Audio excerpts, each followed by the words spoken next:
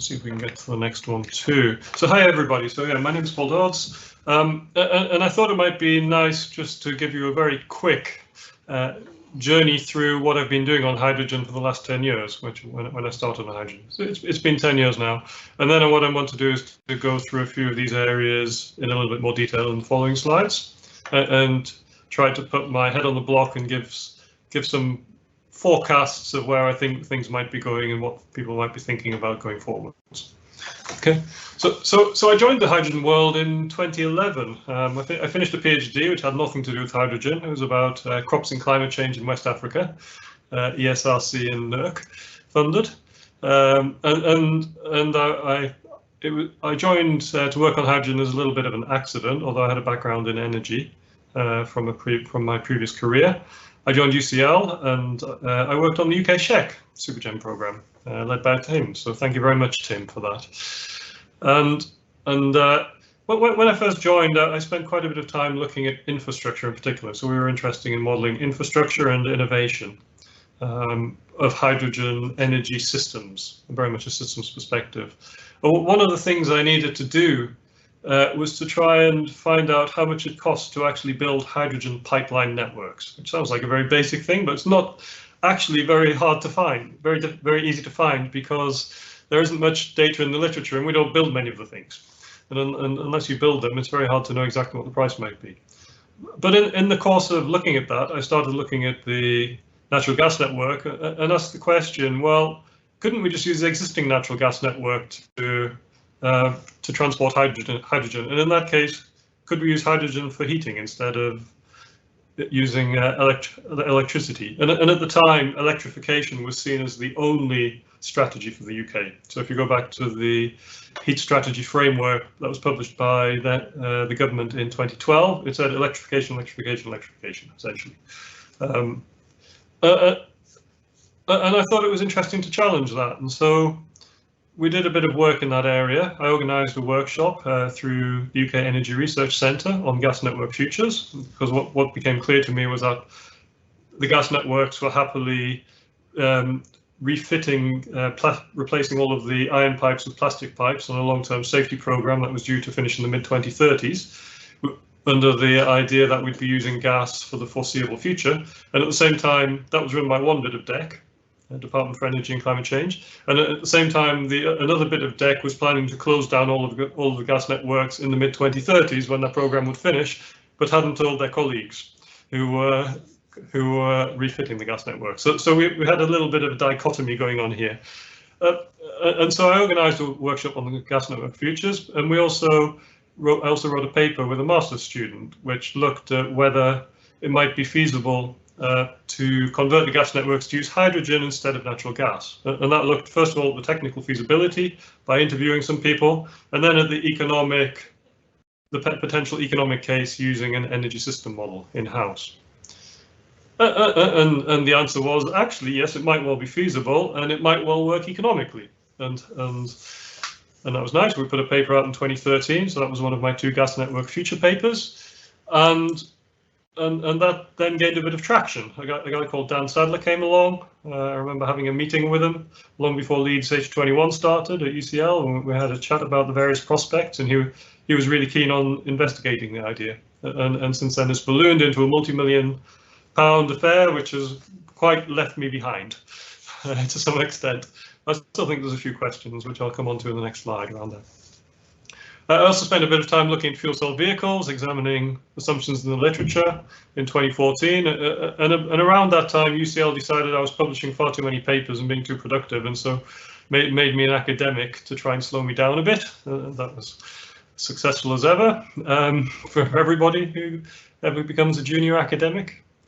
But we did spend a bit of time on further projects. So there was the Hydrogen's Value in the Energy System project, the HIVE project, where we took a more general overview of the hydrogen economy and hydrogen systems in general and how they fit together. And we had a very strong focus on power to gas. So we were doing national electricity system modeling at very high temporal resolution, which we hadn't done previously, and thinking about how to represent that in our low resolution economy-wide energy system models. come 2017, as Ian said, I joined the management board of the Hydrogen Fuel Cell Hub. I succeeded my colleague Paul Eakins in that when that was extended, and I also started taking a few more roles into kind of outreach type roles. So I became the UK alternate delegate for IEA Hydrogen, trying to help the UK community to get involved in IEA Hydrogen and make the most of the UK's membership, and suggesting new ideas for tasks. And Sheila's just been telling you about her new idea for a task that she's currently pursuing, which is great. And then in 2020, I published a paper with a colleague on the green hydrogen standard, and we know all about green and blue and grey and such like colours of hydrogen these days. They've become quite standard over the last 3 or 4 years, but certainly when we started that project, we only really had green hydrogen and maybe grey hydrogen, so blue still hadn't been termed as blue. And I think that's a really interesting paper on the options for the future for a standard. And that came out of a Hub project. So that was one of the Hub flexibly funded projects, which was funded a few years back at a time when it wasn't fashionable. But that paper's really had a lot of interest within policy circles in recent times, and has set some of the groundwork for the UK developing its own green hydrogen standard, which is now happening. And that's part of the Hydrogen Advisory Council working group on standards and regulations, and I chair the standards part of that because of that paper and because of that work we did. And I'm also on the research and innovation group for that. And as Ian mentioned, interspersed in all of this, I spent far too much time writing white papers. So one on heating in 2014, which was partly based on the gas network futures stuff I'd done previously.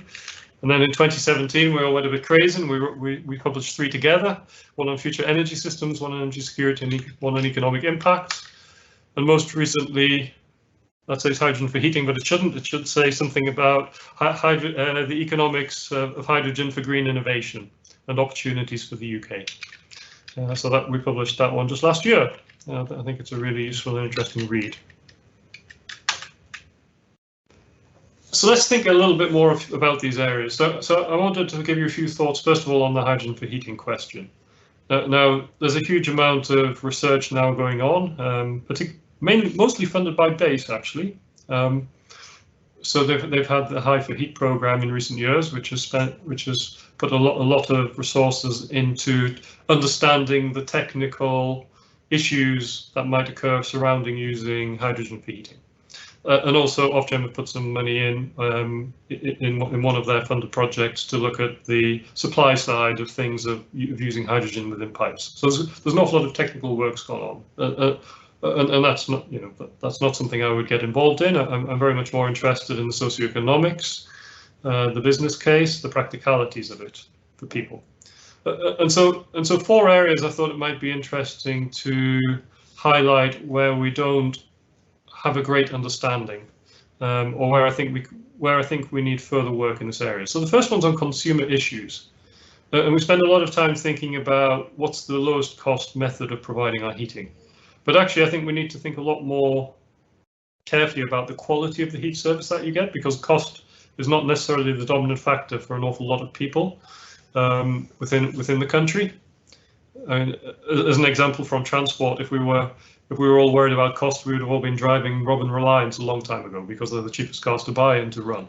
But we don't, and there's a reason for that, or a number of reasons. So, and similarly for heat, you need to think about the size of your technology, the responsiveness. You need to think about the noise it makes, the reliability, the size of the capital cost versus the operating cost. If you're unable to make a large capital outlay, or if making a large capital outlay has a significant risk to your finances. So there's all sorts of things we need to think about.